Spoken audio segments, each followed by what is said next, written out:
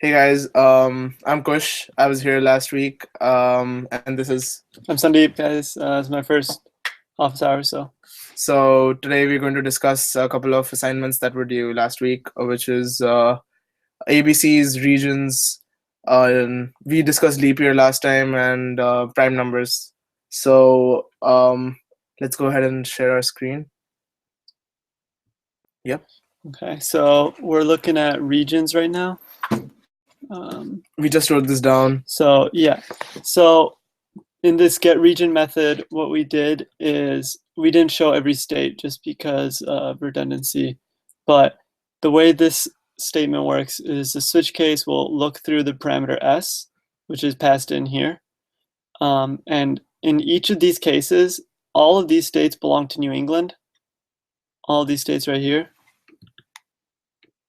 all of them. And what the switch case does is it sees the first state, the case ME, and it just falls down until it gets to something, return New England, right?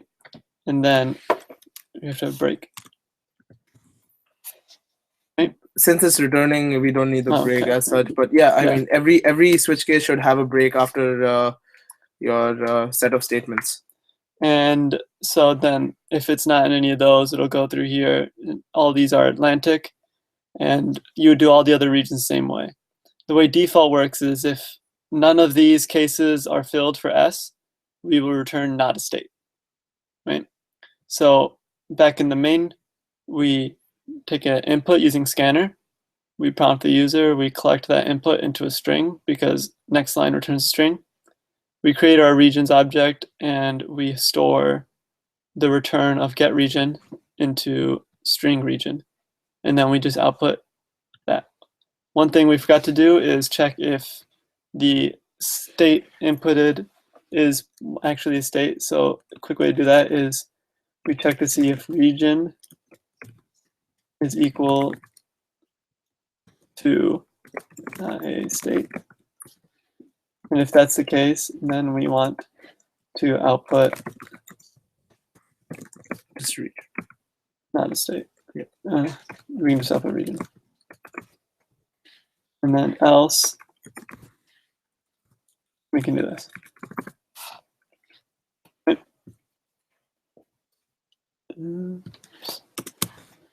Make that clear.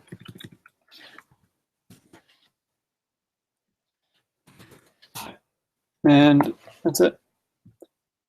So, forgot one more parenthesis. Awesome. Sorry, let's try. I'm from Michigan. Let's do that. Not a state, right? Because our region doesn't go to Midwest yet. So let's try it again. Except let's use New Jersey. New Jersey belongs to Atlantic because it came through here. It found that that was the case, and then it returned Atlantic. So that's all regions is. As you see, switch cases are very simple, straightforward compared to if-else statements can get kind of compact and confusing. You could also do this way.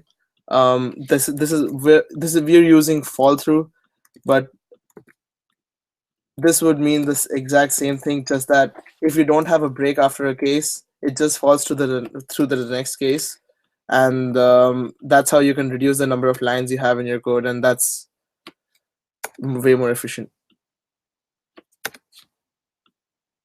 Yep. So moving on to the next project. We're gonna do prime. Let's do prime. Prime. Okay. You wanna do it? Yeah. So we create a class called prime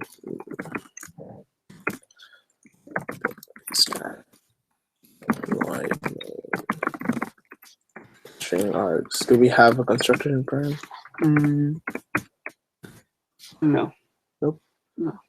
All we have is prime. We have a static method called public static is prime. Does it accept an integer? It takes an integer. It's not static. It's oh right, 1 sec. That's right. So returns the boolean. It returns a boolean. Public static boolean. Is that the right place? Yep. is in A.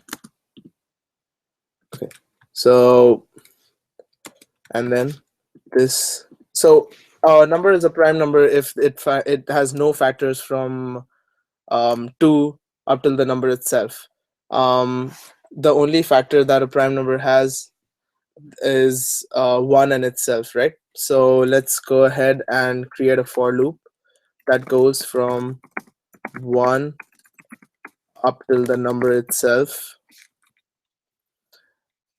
And there are multiple ways of doing this, and we're going to discuss most of them. So the first way to do it is set up a counter and check for the number of factors that it has. Say you can call this factors, and if I mod 1, if I mod the number itself, which is a, so we can do this a mod I rather, is equal to 0, which means it's completely divisible. We say factor plus plus. This way, we're incrementing the factor every time a factor is found, and then we can return. We can just check if our factor is equal to 2, then we can return true. Else, we can return false. Now, so this would mean that if it's 2, the first number that it was a factor of was 1, and the last number that it was a factor of was itself. Now, there are a couple of ways we can improve this program. I want you to think about the number of ways you can improve this. Maybe pause the video, but let's go ahead and discuss the first one. So say, for example, we start off the for loop with just 2. We know that 1 is going to be a factor of every number itself, and we reduce this to lesser than a. In this way, we are reducing factor to basically nothing. And if there are no factors in between 2 and 1 less than the number itself, we can just return false as soon as we get a factor. So if a factor is found between 2 and a, we just return false. And if there's no factor found, we just return true, which means we don't need a counter then. We just need just the for loop. Just the for loop. Yep. So we just return true because if it survived the for loop, it is a prime number. Now there's another way that you can reduce this, and that is by applying logic. Every number has factors up to the number itself divided by 2. This includes even and odd numbers, and you can just find a proof for this by choosing any number and finding its highest common highest divisor. That's anything multiplied by 2 would be its factor. So we can reduce this to go up till a by 2, and that would make our for loop run just half of the time. Now there's another mathematical proof where if it's an even number, you know that it's not a prime number because it's obviously divisible by 2. And if it's an odd number, though, the highest factor that an odd number can have is the square root of itself. So what we can do is, if we can just straight away, as soon as the is prime starts, we can just check if a mod 2 is equal to 0, we can return false straight away. And now it would enter this for loop only if a is odd. And now we go ahead and run the for loop only up till math.square root of a. So what this would do is this would reduce our for loop even further and check if it is a prime number or not. This makes the program much faster. And now import A. And yeah, import math. import math. Oh yeah, java.math, or is it just math? I think it's java.math. Yeah. Is it math? Java.lang.math. Oh, it's already imported then. Okay. Yeah, the lang class is imported by default. Okay. So what do we have to do in the main? We have to just we take a user input. Yep. So we define a scanner s equals new scanner system.in, Let's import scanner as well. Java.url.scanner, and we prompt the user for input saying please enter my number. We take the input in n equals s.next int, and we pass that into It's fine. so Boolean Result equals we have to create an object as well, right? Prime p equals new prime. Well, it's static, so you actually don't need to. Oh, we don't need to. Okay. Okay. Let's just comment that out, and we can just call our function is prime of n. And now we check if result is true.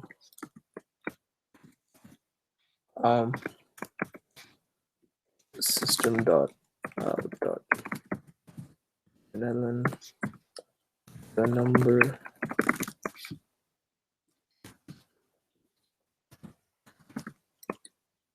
n, right?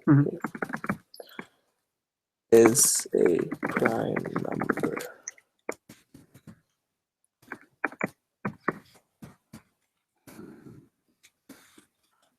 Else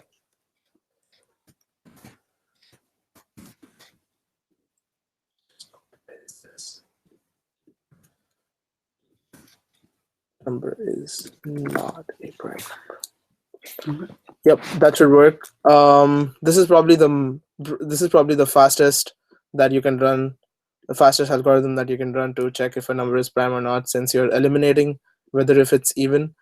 And you probably need to take care of a case where if a is equal to 1 itself, you'll have a 1 or 2, then you'll have to return true by default, because those are prime numbers no matter what. So there you have it. Save that as prime, and let's run that. Please enter a number, say 13. We know that 13 is a prime number. 13 is a prime number. Yep.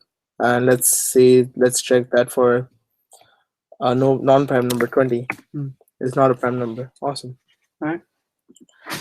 Moving on to the next problem. That's ABCs.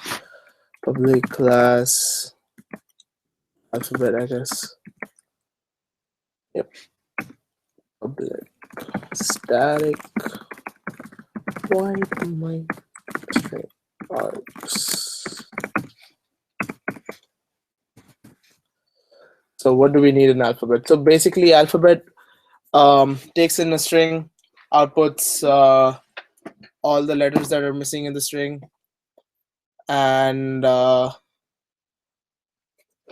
we have to create a static method called what's missing. So let's go ahead and do that. Public static what's missing. Return the string, takes the string. String s brackets. And do we need a constructor in this? Let's see. We don't. Okay, so one thing that is usually helpful is the to lowercase function in Java, and also the fact that all of the ASCII values for our letters are adjacent to each other. So to just give you an example, ASCII values for uppercase A, which is A, is 65, and uppercase Z is 90. So B is 66, so uppercase B. And you can look up the ASCII value table. I think we should do that now. We can do that. Let's go ahead and do that. here.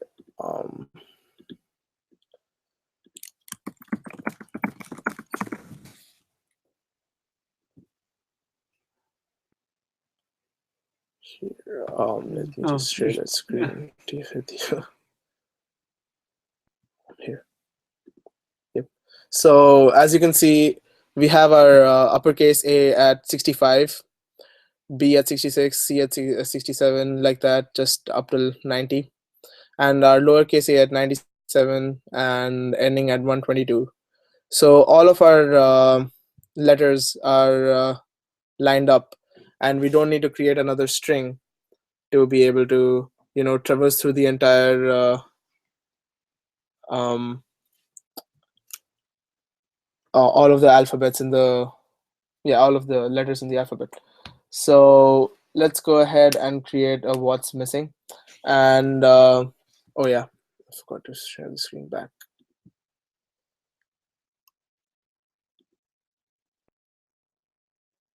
There are multiple ways of doing this as well, and I think this is it. Yep. So what is the idea that's popping into my head is just creating a, I guess, a 26 character Boolean array that says Boolean A equals, or we can do it like a lot of you have done it. We just create a result string which is empty at first, and if the letter is not found in the string, we add that letter to the result string and return the result. Another way that you can do this is create a Boolean array that says Boolean letters of, say, 26, and all of them are initialized to is this how you do? No, you mean the bracket. This. Mm-hmm. Is that it? Yeah. So I think the brackets go next to Boolean for 20. Okay. Here? No, the brackets are Boolean brackets letters. Okay. Yeah. Is that fine? Yeah, that's fine. Yeah. Okay. So let's just compile this. It's not a statement. Yep. So yeah, you can create a Boolean array as well, and since all of the letters are letters of I are initialized to false at first, you can just set whatever is encountered as true and then create a string from that. So we're going to go ahead and run a for loop of I int I equal to 0, I lesser than s dot length I plus plus. Now what we can do as well is we can just go through 26, and we can start this off with making it all lowercase at first. So we make our string s equals s dot to lowercase. Is that a function? Mm-hmm. Right?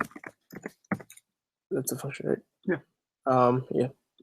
So we've now that we've made it all lowercase, we can deal with the missing letters, which we'll start a for loop from int I equals 97, I lesser than, I guess, 122, lesser than equals to 122, and then I plus plus. Now what this does is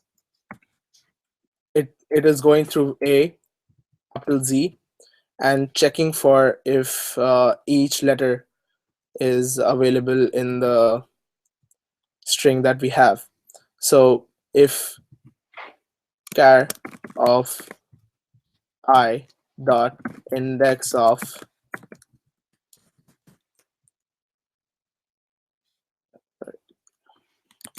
s dot I of index of, sorry, I got the parameters confused, is equal to -1,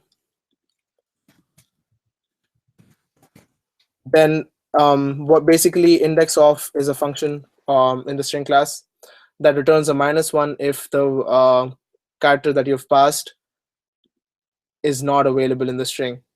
So then you just say that letters of I, or letters of I minus 97 is actually equal to, or you can just straight away add this to result. You don't need the Boolean array anymore then. Here, so result plus equals to pair of I, and that's a single for loop. Then we return S. So index of would return the index of the first instance of the character that you pass to it, and since if there's no character available in the string that you've passed, it returns -1. So this works.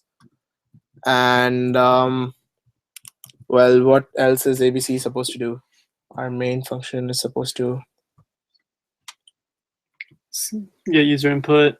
Yeah, the missing letters are so we import string scanner class, do the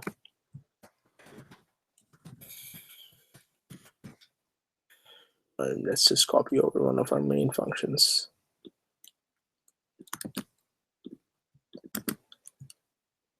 Please enter a string. Next line, since we want to take care of spaces as well, and now we have a string result, and since it's another static function, we don't need to create an object. String s equals what's string, I guess, string and what's missing. Right, no, and let's print out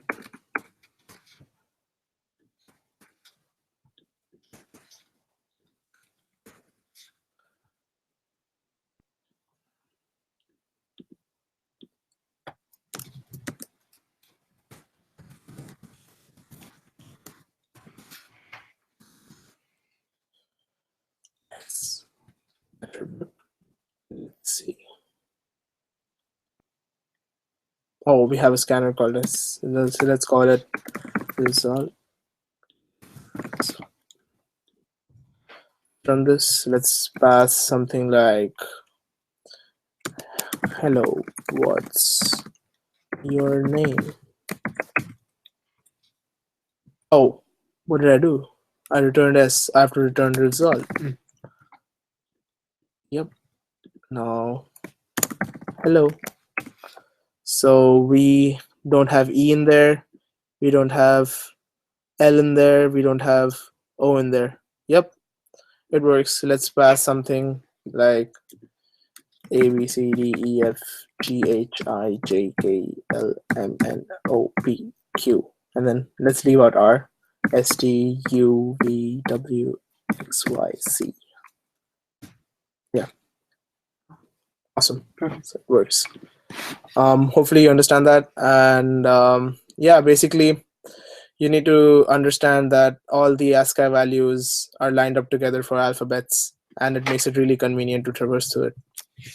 Let's move on to the next. Do you want to do that as a separate video? This isn't working right.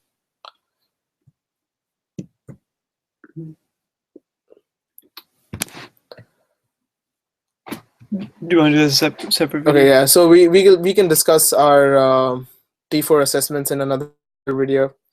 I hope you understood all that we discussed in this video.